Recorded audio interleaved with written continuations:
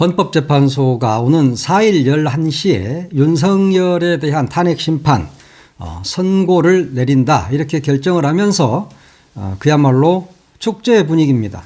왜 축제 분위기냐? 윤석열의 탄핵, 윤석열의 파면은 너무 뻔한 결과이기 때문입니다. 그래서 많은 시민들은 윤석열의 파면이 4일 11시에 결정이 된다라고 보고 그야말로 축제 분위기 속에서 어제 하루를 즐겼고 또 오늘 역시 꽃들도 더 아름답게 피어 있는 것 같습니다. 작년 12월 14일에 국회 탄핵소추안이 헌재로 갔고 그로부터 111일 만에 탄핵 선고 기일이 잡힌 것이죠. 그리고 이 변론이 종결된 이후에도 지금 38일만이라고 할 수 있겠습니다. 헌재가 탄핵소추에 대해서 이것을 인용을 하게 될 거니까 윤석열은 4월 11일에 파면된다. 그렇게 봐야 합니다. 그리고 이제 60일 이내에 대선이 치러지게 되면 대한민국은 또다시 그야말로 찬란한 민주공화국의 모습으로 복귀하게 될 것입니다. 대한민국이 민주공화국임을 입증해야 되고 내란 수계를 단죄해야 되고 그래서 대한민국은 또다시 앞으로 나아가야 한다. 이것이 바로 헌재 결정 4일 11시다. 이렇게 모든 사람들이 기대를 하고 있습니다. 8명의 재판관들 어제도 오늘 또 평의를 열어가고 있지요. 어제 평의를 아주 짧게 했는데 그 자리에서 이제 판결이 이루어졌다고 합니다. 판결이 이루어졌다는 것은 결론이 완전히 났다. 이렇게 봐야 되겠죠. 이미 재판관들은 판결을 했기 때문에 이 사람을 윤석열을 8대 0으로 파면하는 것에 결론을 냈다고 할 수 있겠습니다. 탄핵이 인용으로 이렇게 결정이 났기 때문에 선고 기일을 잡은 것이지 그러지 않으면 마은혁 재판관이 임명될 때까지 끌었을 겁니다. 그러나 마은혁 재판관 없이도 8대 0 인용이 가능하기 때문에 선고 기일을 정한 것으로 볼 수 있겠습니다. 6인 이상이 찬성을 하게 되면 파면은 확정이 되지만 그게 아니라 8대 0으로 이미 끝나 있다. 그래서 그 판결문이 지금 현재 금고에 들어가 있다고 할 수 있겠죠. 법 좀 안다는 사람들 그리고 일반 시민들 그 누구라도 입 가진 사람이면 누구나 윤석열의 8대 0 이것은 다 이야기합니다. 헌재에서 이 현직 대통령을 파면하는 이런 중대한 사안에 대해서 의견이 엇갈릴 가능성은 거의 없다. 이렇게 봐야 하는 것이죠. 만약 파면이 된다 해도 만약에 의견이 갈렸다. 그러면 공론 분열, 사회 혼란은 헌재가 초래했다라고 볼 수밖에 없는 상황인 겁니다. 헌재가 그런 덤태기를 굳이 뒤집어 쓸 이유는 없는 것이죠. 만약에 또 기각이나 각하 결정을 내린 재판관이 있다면 그 재판관이 누구인지는 알게 되고 그 사람은 대한민국에서는 살 수 없는 미개국으로 축출되어야 하는 상황에까지 이르게 되는 것입니다. 그렇다면 재판관들 입장에서는 그런 위험한 짓을 할 이유가 하나도 없는 것이죠.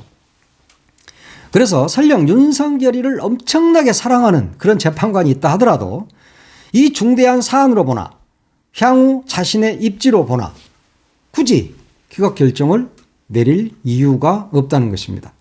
그리고 헌재는 판결을 통해서 사회적 갈등을 해소하고 어떤 합의를 이끌어낸다. 그런 원칙으로 세워진 그런 기관인데 그런 것을 본인들 스스로 잘 알기 때문에 이 사회적 갈등을 국론 분열을 어떻게 해결할 것인가 하는 것은 재판관들이 너무나 더 잘 알고 있을 것이다. 이렇게 봐야 하는 겁니다.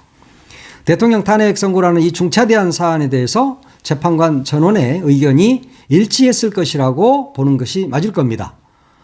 전원 일치로 가기 위해서 그동안에 긴 평의를 거쳐왔다고 할 수 있겠죠.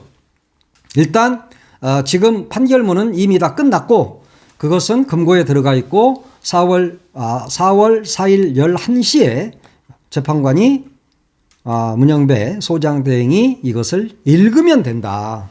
그래서 이제 리딩 연습을 좀 하고 계시지 않을까 이런 생각이 듭니다. 예. 이미 왜 8대 0으로 끝났느냐, 끝났다고 보느냐. 그건 뭐 여러분들도 다 예측하는 바 아닙니까? 그러면 12.3 그 계엄이 정당했습니까? 그날 전시 사변과 같은 국가 비상사태가 있었습니까? 전혀 없었음에도 불구하고 윤석열이는 한밤중에 비상계엄을 그냥 선포해버립니다. 거의 미치지 않고는 할 수 없는 일이었죠. 한밤중에 무슨 게임하듯이 장난하듯이 이런 작태를 벌인 겁니다. 저자가 술 취해서 그러나 하고 봤더니 그 폭 막 읽는데 술이 취한 것 같지는 않아요. 발음이 정확하더라고요. 그리고 마누라한테 뚫겨 맞아가지고 무슨 화풀이 하나 하고 봤더니 머리도 단정하게 빗고 있더란 말이에요. 그러면 이제는 정신적으로 미친놈이었기 때문에 그런 짓거리를 했다 이런 거죠. 흔히 뭐 미친놈 이걸 또 미친놈이라겠다고 또 시비 거시는 분이 있을지 모르니까 그냥 광인이라고 광인 한자어로 말할게. 광인이 광인. 광인이 아니고는 할 수 없는 일이었다. 전두환이나 하는 그런 이 참 이상한 계엄 포고령도 발령이 됐지 않습니까? 이 포고령에 따라서 총으로 무장한 군인들이 헬기를 타고 뭐 헬기에서 뭐 루프를 타고 내리고 장갑차가 들어오고 뭐 군용 차량이 국회에 있는 데를 뭐 겹겹이 싸고 경찰은 국회의원들 못 들어가게 막고 이런 짓거리를 했지 않습니까? 국회 본청에 난입해서 계엄 해제를 막으려고 그 생 난리를 치렀고 안으로 들어가기 위해서 유리창을 깨고 막 들어가지 않습니까? 그리고 국회 단전 이것까지 시도를 했지 않습니까? 그리고 언론사에 대해서 어떻게 했습니까? 단전 단수하려고 했잖아요. 헌법기관인 선관위에 군인들이 난입했습니다. 국무회의도 거치지 않은 계엄이 발동이 되고 그 말도 안 되는 포고령에 따라서 군인들이 움직이고 정치인 체포를 지시하고 언론사에 난입하고 여론조사 곳에는 군인들이 난입하는 그런 사태가 우리 눈으로 다 똑똑히 봤지 않습니까? 헌재의 심판 핵심 쟁점은 너무 뻔한 거 아닙니까? 윤석열의 비상계엄이 합법적인가, 헌법과 법률에 따라 이루어졌는가만 보면 됩니다. 또 헌법기관인 국회와 선관위에 군대를 투입한 것이 합법인가 하는 것만 보면 됩니다. 뭐 다른 거야 뭐 곁가지라고 할 수 있어요. 한 5가지 쟁점이라고 하는데 가장 중요한 것은 이 2가지인 거죠. 그것만 헌재가 봤을 것이다. 그래서 탄핵을 결정했을 것이다 라고 보는 겁니다. 윤석열이는 계엄에 대해서 뭐라고 그랬습니까? 뭐 야당이 뭐 횡포를 부리니까 야당에 대한 경고를 하기 위해서 했다. 뭐 또 그리고 국민을 뭐 계몽하기 위해서 했다. 계몽. 이런 계몽령이라고. 야, 그렇게 높으신 분들이 한 말이 계몽이라고 하는 하여튼 그런 말은 그렇다 치고 국회의원을 끌어내라고 지시하고 체포자 명단이 돌아다니고 국회 활동 금지 포고령이 나오고 이런 것에도 윤석열이는 전부 다 부인했죠. 나 안 그랬는데요. 이 완전히 법꾸라지를 넘어서 파렴치한이죠.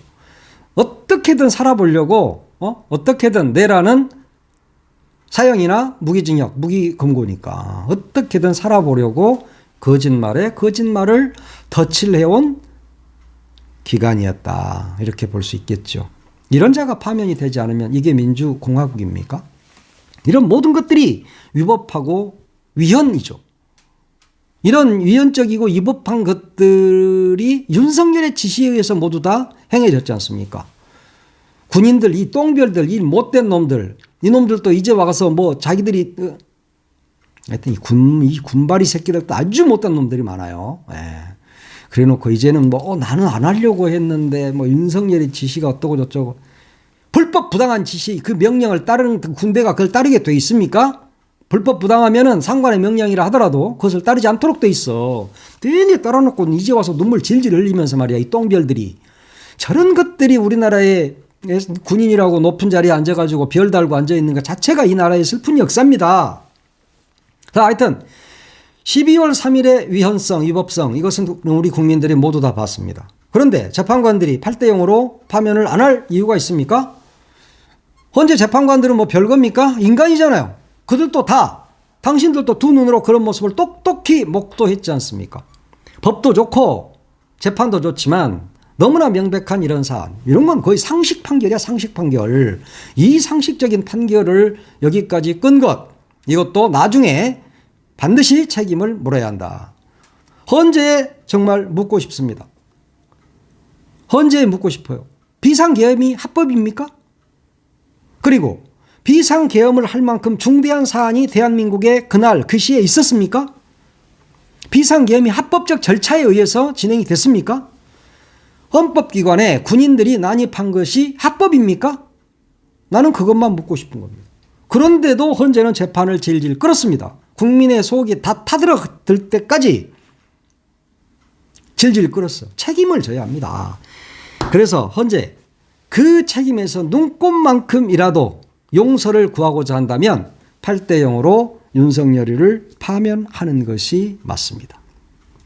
재판관 8명 모두 전원일치로 혹은 만장일치로 윤석열이를 파면해서 헌재가 헌정 질서를 수호하는 마지막 보루였다라는 것을 스스로 증명해 내시기 바랍니다.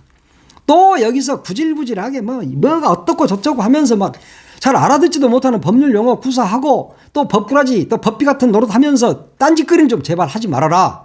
그 당부를 하는 겁니다. 그냥 깔끔하게 피청구인 윤석열을 파면한다. 이것만 하란 말이야. 그 말만 해. 다른 말은 다 필요 없어. 듣고 싶지도 않아. 그리고 그냥 나머지는 종이로 그냥 배포하란 말이야. 길게 또 한 30분 읽을 것 같은데 또 텔레비전 시청률은 엄청 올라가겠네.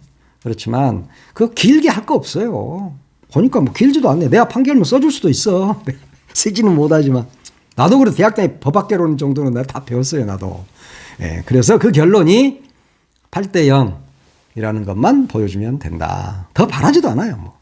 거기까지만 헌재가 하시라. 나머지는 국회가 국민들의 중지를 모아서 대한민국의 내일을 계획하고 새로운 대한민국을 만들어간다. 그래서 찬란한 민주공화국 대한민국을 만들면 되는 것입니다. 여기까지 온 것이 다 누구 덕입니까? 시민들 덕입니까? 시민들 덕 아닙니까? 응원봉 들고 그 추운 겨울에 아스팔트에서 키세스 우주전사 이러면서 그 눈이 어마어마하게 내리는 광장에 앉아서 밤을 새던 그 젊은이들의 모습을 헌재 너희들도 똑똑히 봤지 않습니까? 그들이 원하는 게 뭡니까? 그들이 밥을 원했습니까? 떡을 원했습니까? 돈을 원했습니까? 아니잖아요. 윤석열이 같이 저 무도한 자를 반드시 파면해달라 하는 그 주문 하나였습니다. 그러면 이제 부응해야죠. 헌재에게 그래서 다시 당부합니다. 주권자인 국민의 명령에 따르라. 그리고 주권자인 시민들에게 최대한의 예의를 갖추라. 그리고 한겨울 아스팔트에서 윤석열 파면을 외치던 이 나라의 존망을 걱정하던 시민들의 목소리를 잊지 말아라. 그들에게 헌재가 줄 수 있는 선물 하나는 좀 달라. 이 말씀을 드립니다. 그 예의, 헌재가 시민들에게 할 수 있는 예의, 또 그리고 시민들에게 줄 수 있는 선물, 그건 딱 하나입니다. 윤석열 8대 0 파면. 바로 그것이죠.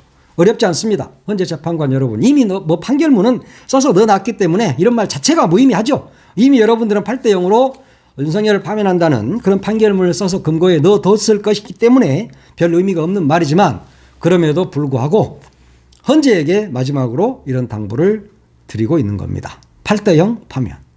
그것만 하시라.